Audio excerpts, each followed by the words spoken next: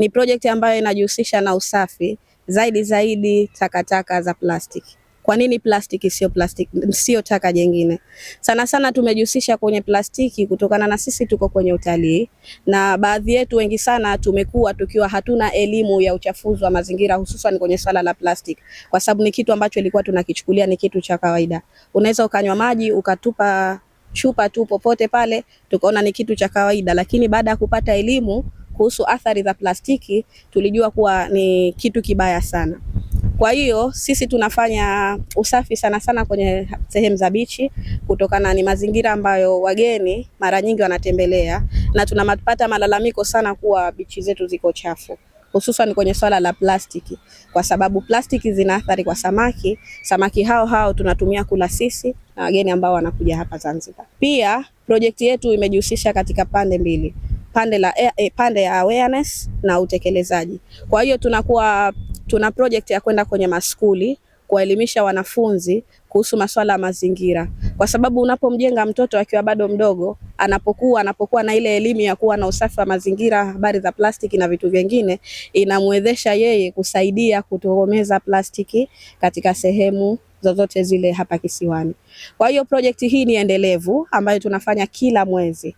Kwa hiyo tunafanya sehemu mbalimbali, tuliwahi kufanya Forodhani, leo tumekuja huku, na Mungu akitujalia inshallah tutakuwa tunaenda sehemu mbalimbali katika visiwa vyetu vya Zanzibar ikiwepo Unguja na Pemba. Wito wangu mimi kwanza kushirikiana na sisi, kwa sababu tutakuwa tunapita mpaka kwa jamii kutoa elimu, sio kwa wanafunzi tu. Kwa hiyo mimi napenda kuwe na mashirikiano ya kutosha, kwa sababu mashirikiano ya jamii ndio atazidi kutupa nguvu sisi zaidi ya kuendelea kufanya hili jambo letu.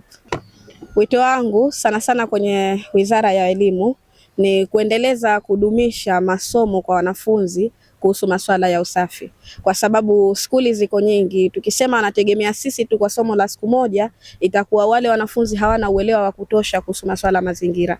Lakini inapokuja kuwekwa syllabus maalumu kwa ajili ya masomo ya usafi, inawajenga wale wanafunzi kwamba hichi sio kitu cha kawaida, kwamba akapita mtu siku moja akatuambia, ni kitu endelevu na tunatakiwa kukifanya kila tunapokuwepo. Katika projekti zetu za usafi na mazingira, tunashukuru tumepata support kubwa kutoka Wizara ya Utalii, Uchumi wa Bluu na sekta nyingine mbalimbali, na lengo la kuunda jumuiya yetu pamoja na projekti zote kumuinua mtoto wa kike kutoka kwenye mazingira magumu, kwa sababu tunawasajili watu ambao wanaotaka kuwa tour guide.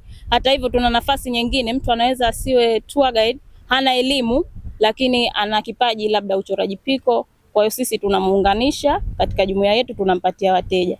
Na suala la mazingira hatujaishia kwenye kufanya usafi tu, tunafika hadi sehemu za mitaani, maskulini na sehemu nyingine mbalimbali.